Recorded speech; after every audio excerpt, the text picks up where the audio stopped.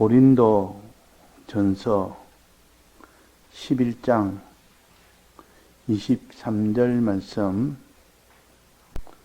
내가 너희에게 전한 것은 주께 받은 것이니 곧 주 예수께서 잡히시던 밤에 떡을 가지사 축사하시고 떼어 가라사대 이것은 너희를 위하는 내 몸이니 이것을 행하여 나를 기념하라 하시고 식후에 또한 이와 같이 잔을 가지시고 가라사대 이 잔은 내 피로 세운 새 언약이니 이것을 행하여 마실 때마다 나를 기념하라 하셨으니 너희가 이 떡을 먹으며 이 잔을 마실 때마다 주의 죽으심을 오실 때까지 전하는 것이니라. 네. 성찬을 우리에게 가르쳐서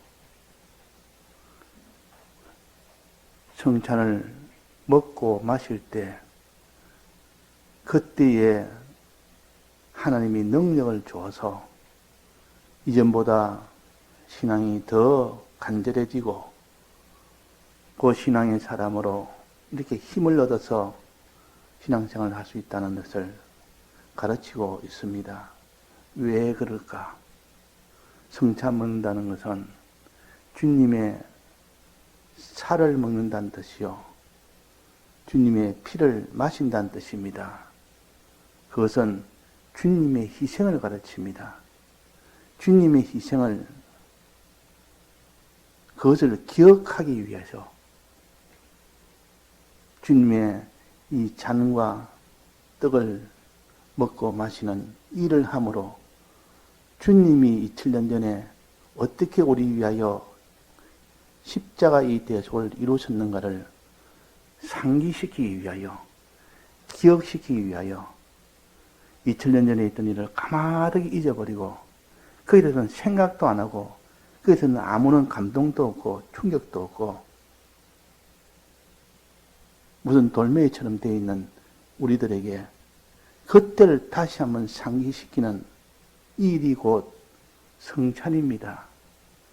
그래서 주님 십자가 달리셔서 죽으시는 그 사건이 너무나 큰 사건인데도 그것을 우리가 잊어버리고 사는 그 사람은 믿음으로 살지를 못하고 그 사람은 행함으로 살지를 못하기 때문에 주께서 그때를 잘 기억할 수 있도록 과거의 이 사건을 소환하는 일을 하는 것이 주님의 잔을 마시고 주님의 떡을 먹는 것이다. 그 말이에요.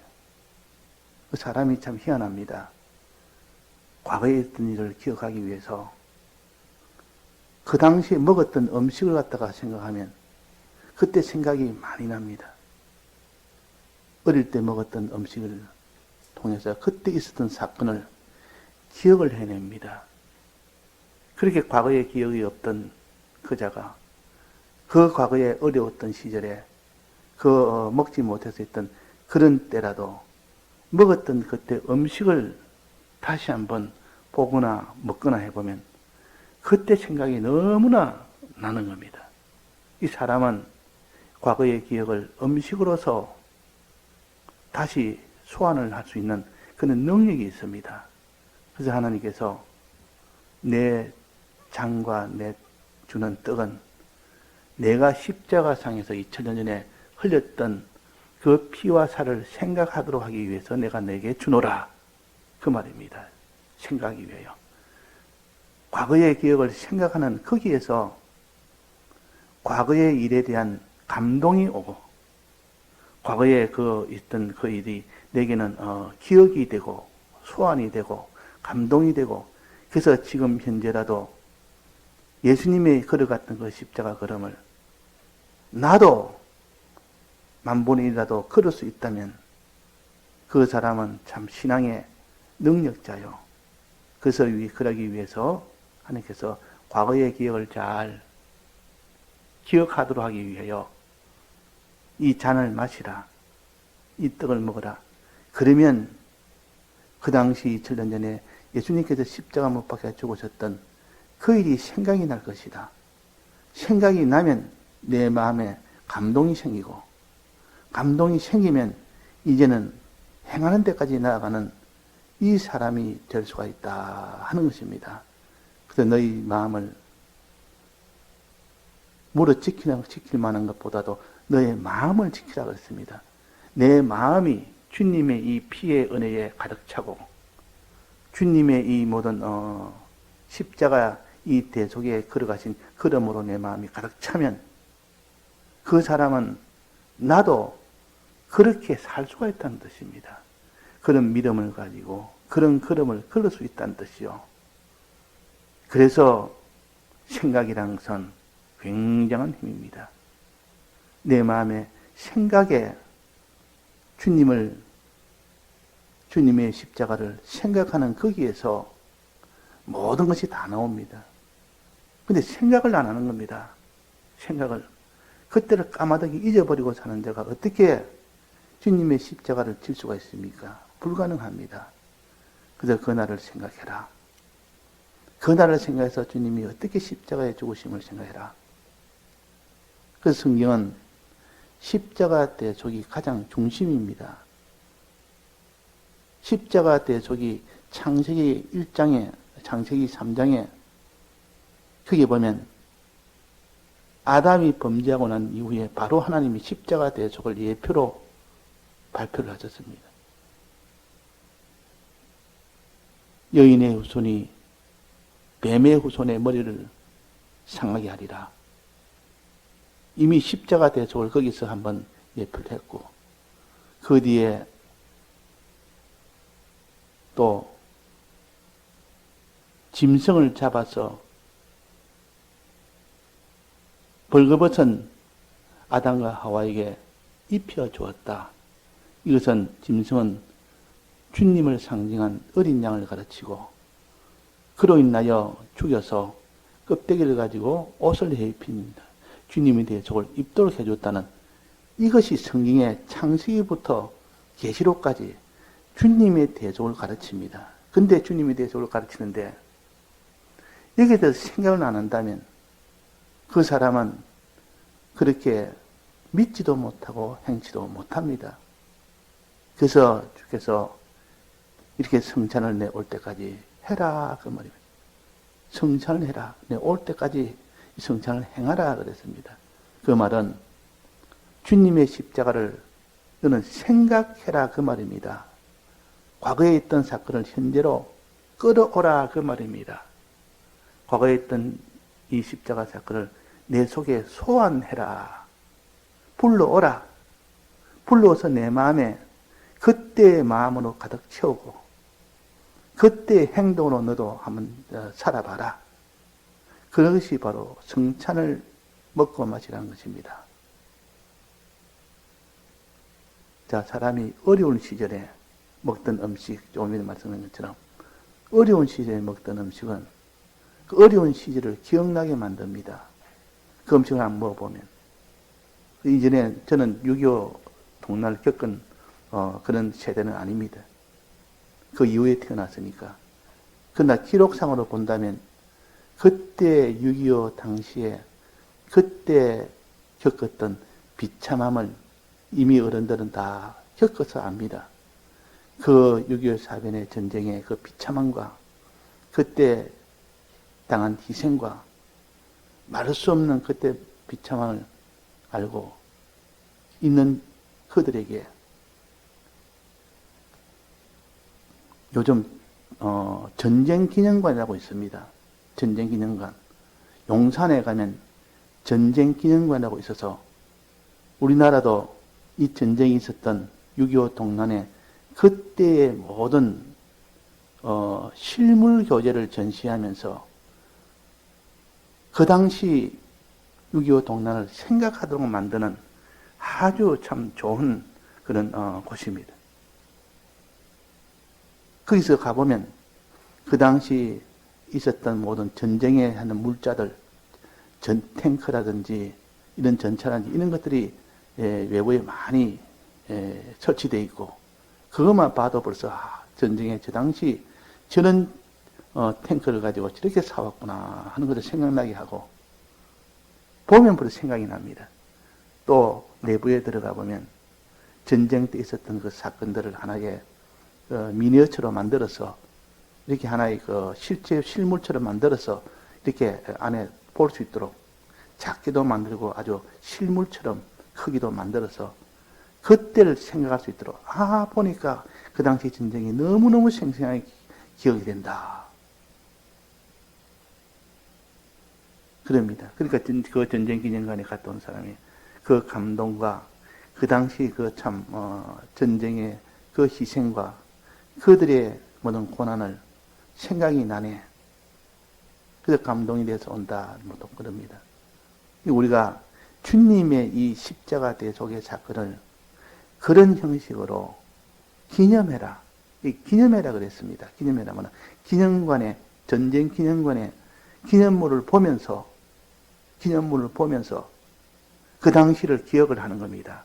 그 당시 기억하면서 이제는 이 전쟁에 통하여 이 비참함을 알았으니까, 평화의 소중함을 알았으니까 이제는 우리가 지금 현재 이 전쟁이 일어나도록 하지 않도록 우리가 지키자. 지금 우리가 마음을 다잡자. 실제로 행동으로 이 나라를 지키자 하는 그런 행동의 지침이 되고 마음의 지침이 됩니다. 그래서 전쟁 기념관이 필요한 겁니다. 이것을 전쟁 기념관이라 그럽니다. 기념관. 그 기념의 뜻이 바로 거기에 있는 겁니다. 우리는 주님의 대속을 기념하는 기념관에 간 것처럼 거기서 주님의 대속에 죽으심을, 주님이 우리 위하여 어떻게 고난받으심을 알도록 하기 위하여 매년 우리가 의식을 통해서 기념식을 합니다. 이것이 바로 성찬이요, 신년 행사라 그러고 그럽니다. 보통 신년 행사의 한 번은 의식으로서 실제로 우리가 주님의 살을 먹어보고 피를 마셔보면 그때 일을 더 생각을 잘 하도록 하기 위해서 하는 것이지, 성찬 먹고 나는데 아무런 생각이 없다면, 그때 생각이 없다면, 주님의 죽으심에 그 희생과 고난에 이것이 생각이 없다면 성찬은 효율적으로 먹은 것이 아닙니다. 성찬 먹고 나니까 주님 그 당시에 어떻게 죽으셨으며 어떻게 우리 위하여 고난받으시는 것을 생생하게 기억이 나고 감동이 되는, 이것이 됐을 때 우리도 지금 이 시간에도 나도 주님처럼 그렇게 살아보자 하는 거기까지 도달했을 때 이것이 성찬의 뜻이요, 성찬의 능력입니다.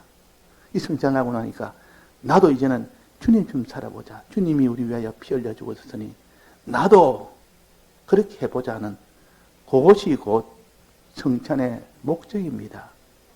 그 성찬을 하면 할수록 우리가 주님이 믿었던 그 믿음을 가지고 주님이 행했던 그 십자가의 길을 우리도 걸어가게 되는 그 능력이 온다 그 말입니다. 어떤 사람은 성찬을 1년에 한 번 하는 의식으로 행하는 성찬, 이거 하나로 그치지 아니하고 1년 내내 주님이 우리 위하여 어떻게 죽으신 것을 생각하고 끌어오고 소환하고 기억하고 그 다음에 그들을 기념을 하는 겁니다. 자, 기억을 가져오는 것도 기념이요, 가져와서 이제는 이 감동을 가진 것이 한번 해보는 겁니다. 어떻게 해보는 겁니까? 나도 한번 주님처럼 작은 십자가에 달려보는 겁니다. 이것이 기념이요, 이것이 기념이라. 기념이라는 뜻은 과거의 있던 것을 끌어와서 나도 지금 이렇게 해보는 것, 이것이 기념의 정의라고 할 수 있습니다. 과거에 있는 끌어와서 그 당시 있던 주님의 믿음을 나도 믿고, 그 당시 주님이 십자가에 달린 그 십자가의 희생을 나도 이 시대에 십자가에 달리는 희생을 한번 나도 해보는, 이것이 기념이라 그럽니다. 그래서 이걸 갖다가 뭐랍니까? 주의 죽으심을 오실 때까지 전하는 행동. 이걸 하다 보면 반드시 주의 죽으심 오시다 전하면 그는 반드시 고난이 옵니다. 이 세상은 주님 죽으실 때가 오실 때까지 전하는 이 복음 전하는 것에는 이 세상은 다 반대가 되어 있기 때문에 복음 전하면 반드시 핍박이 오고 고난이 따르게 됩니다. 그때 당하는 고난은 주님이 십자가에 당하는 고난과 같은 성격이기 때문에 나도 그런 고난을 한번 받고 싶다. 나도 주님 같은 그런 고난을 한번 당하고 싶다. 그 고난을 당할 때 기쁘다 그 말이에요. 왜? 내가 원하고 원하는 그 고난을, 주님이 지신 그 고난을 나도 한번 지어보니까 아 기쁘다 기쁘다. 이것이 원하고 원하는 십자가입니다. 주님을 생각하니까 그 주님의 십자가가 얼마나 가치가 있고 그것이 나를 살렸는데 나도 이제는 십자가 져서 다른 사람을 살리는 일에 나도 이렇게 동참하다가 당하는 이 고난이 주님의 기쁨이요 내 기쁨이 되어서 원하고 원하는 고난을 받게 됩니다. 이것을 갖춰서 주의 죽으심 오실 때까지 전하는 것이니다.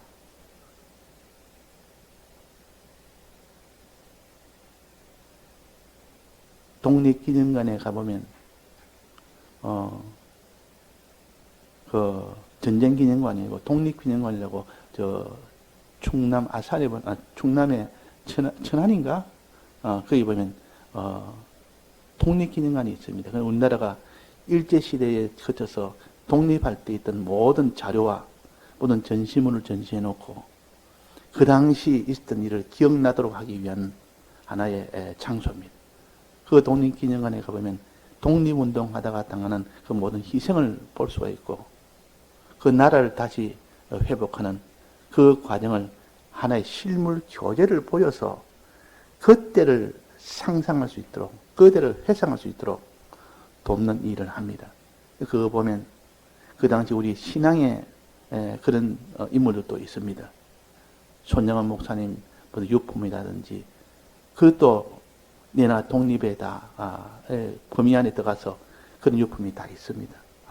그 당시 어려운 그 시절에도 끝까지 독립을 위해서 이렇게 싸웠던 그들의 무슨 이런 기록물이라든지 그때 입었던 옷이라든지 그때 가졌던 무슨 지참물이라든지 이런 것을 쭉 내놓고 이거 보니까 실감이 나네. 실감이 나네. 왜 그렇게 실감이 나도록 전시합니까? 그때 일을 생각하도록 하기 위해서. 주님의 대속은 주님의 피를 마셔보니까 주님의 살을 먹어보니까 주님의 이 대속한 그때를 생각이 나네. 생각이 나는 이것이 감동으로 이어질 때 거기서 능력이 옵니다. 1년 내내 주님의 대속을 생각도 안 하고 생각을 안 하니까 거기서 감동이 올 수가 있습니까? 1년에 한 번이라도 이는 의식을 통해서 의식을 통하는 요 장점은 뭔가 하면 내 마음과 몸이 다 거기에 다 기울여질 수 있는 이런 장점이 있습니다. 눈에 보이는 장과 눈에 보이는 떡을 보니까 주님의 피와 살을 생각할 수 있는 그는 집중할 수 있는 능력이 올 수가 있기 때문에 그래서 1년에 한 번은 의식으로 행하는 성찬을 해라. 신약이지만은 신약에는 의식은 다 철폐되었습니다. 근데 유일하게 성찬식은 요거는 의식으로 행해서 먹는 의식을 행해라. 그랬단 말이에요. 우리의 약점을 알고 또 우리의 이런 장점을 알기 때문에 과거 일을 생각할 수 있는 좋은 기회가 되기 때문에 그렇습니다. 그래서 용산의 전쟁기념관이나 또 국립묘지에 가면 거기도 조그만하게 전쟁기념관이 있습니다. 그건 아주 그 국립묘지에 묻힌 그들이 싸워서 전쟁했던 그 당시의 유품들을 이렇게 딱 전시해 놓고 그런 것처럼 이 전쟁기념관 두 곳을 보면 그 당시 전쟁했던 그 모든 치열함과 그 비참함과 희생이 고스란히 알 수 있도록 했고 또 평화의 이 전쟁에 없는 이 평화가 소중함을 알 수 있도록 하는 나라에서 이렇게 그런 를 운영하는 곳이 있습니다. 한번 시간 날 때 그런 거 보면 아주 그것도 자기 유익되는, 우리는 전쟁은 영적 전쟁이다. 예수님이 십자가 못 본 것은 영적 전쟁입니다. 육적 전쟁을 알아서 거기에 대해서 평화의 소중함이나 이런 건 해봐야 그 내나 사망의 조평선 아래에 있는 것이기 때문에 그것을 우리가 은혜 받아서 나는 전쟁의 소중함을 알았다. 이렇게 하는 것은 신앙적인 것은 아닙니다. 신앙적인 것은 주님이 우리 위하여 십자가 대속은 악령과의 싸움이요, 영적 싸움이요. 영적 싸움에서 끝까지 피 흘려 죽으심으로 인하여 영적 싸움에서 승리했다는 이것에 초점을 두고 우리는 성찬을 하는 겁니다. 주님 그 당시 십자가 못 박을 때, 영적 전쟁할 때 어떻게 희생을 했으며 어떻게 참 믿음을 가졌으며 그래서 마음으로는 어땠으며 몸으로는 어떻게 하셨는가. 이기 위해서 어떤 고난과 십자가 고난과 죽으심을 마다하지 아니하고 다 죽으시기까지 주님이 우리 위하여 십자가 대속을 완성하셨다는 이것을 하나의 음식 하나로, 포도주 하나로, 또 떡 한 조각으로 그때를 생각하도록 만드는 겁니다. 만든 겁니다. 그 전쟁 기념물에 가면 탱크가 마당에 크게 있습니다. 아주 외부에는 그 당시 사용했던 탱크랍니다.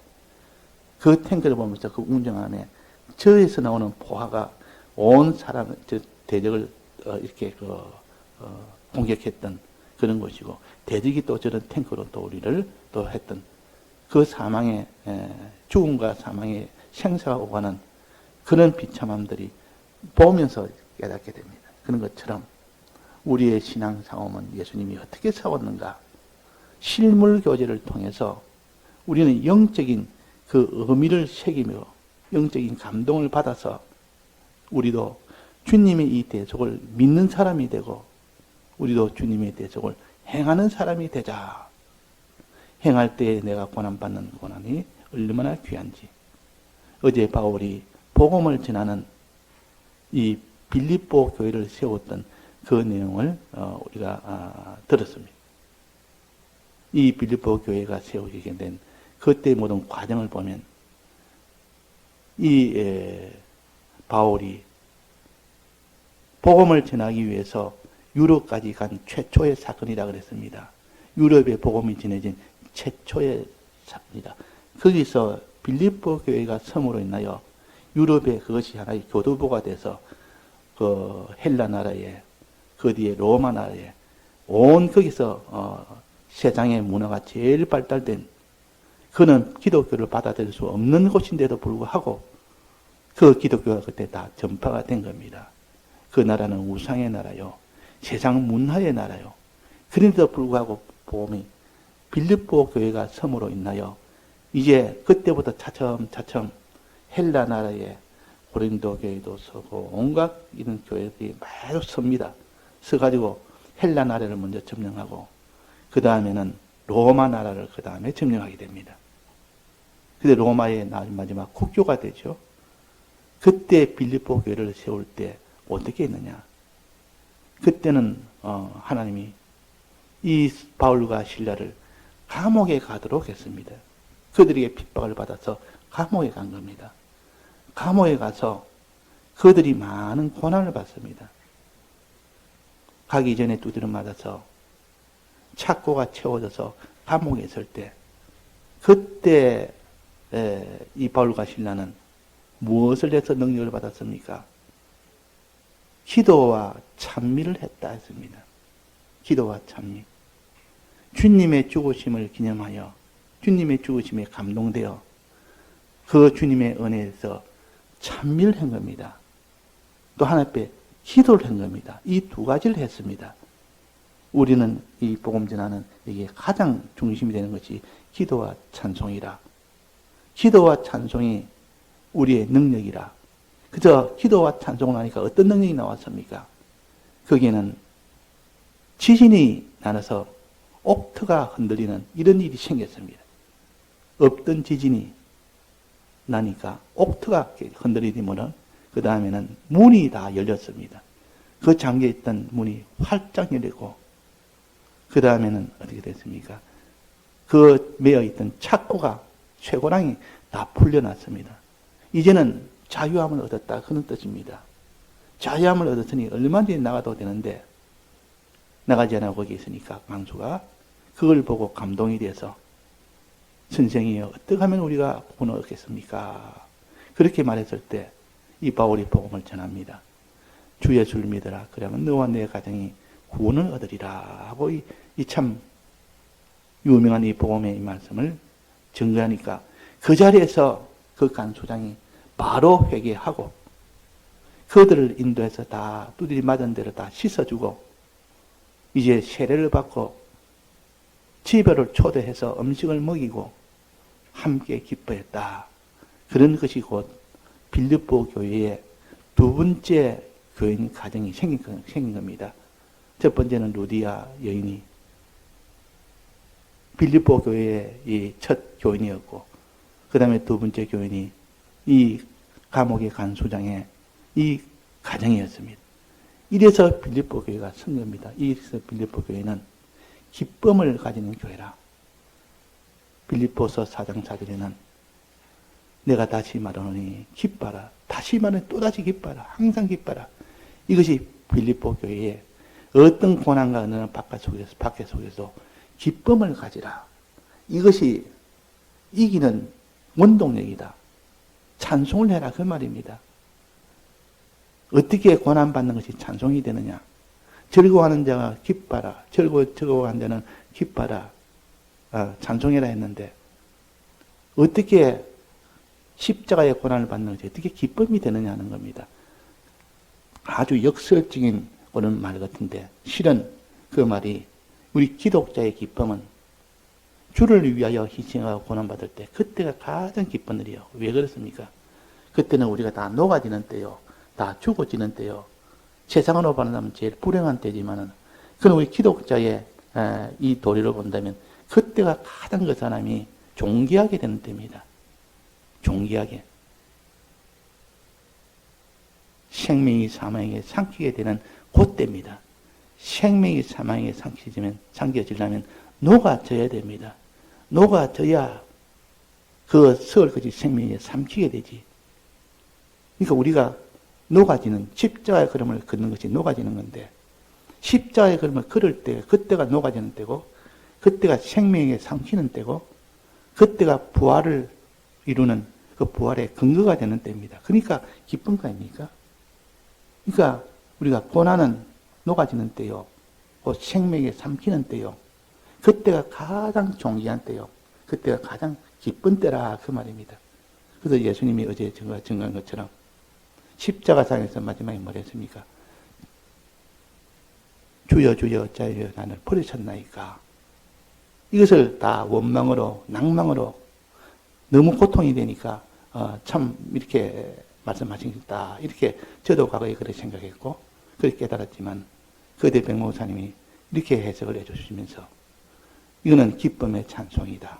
기쁨의 찬송이다. 기쁨의 몰입에서 이 감사는 찬송의 소리지 낭망의 소리나 원망의 소리는 아니다. 그렇게 해서 보니까 사망이 생명에 삼켜지는 때가 부활의 때요. 이 부활의 때가 이제 왔으니 얼마나 기쁘고 기쁩니까? 나를 제물로 줬었습니까? 버려졌나이까? 이 말은 나를 제물로 줬었습니까? 그 말입니다. 제물로서는 그때가 가장 존귀한 자가 되기 때문에 기쁠 수밖에 없는 겁니다. 이 기쁨의 외침이라 그 말입니다. 자, 우리는 이 빌립보 교회처럼 기쁨으로 이 교회가 서야 됩니다. 그 찬미할 때 기뻐했습니다. 감옥에서 그렇게 기뻐하며 찬미하니까 하나님께서 지진이 일어나게 해서 간수장의 마음이 지진이 나게 만듭니다. 그래서 회개를 하도록 했던 겁니다. 이것이 하나님의 능력이요. 찬송과 기도는 하나님의 능력이라 하는 것입니다. 예, 다 같이 통성으로 기도하시다가 자유하시겠습니다.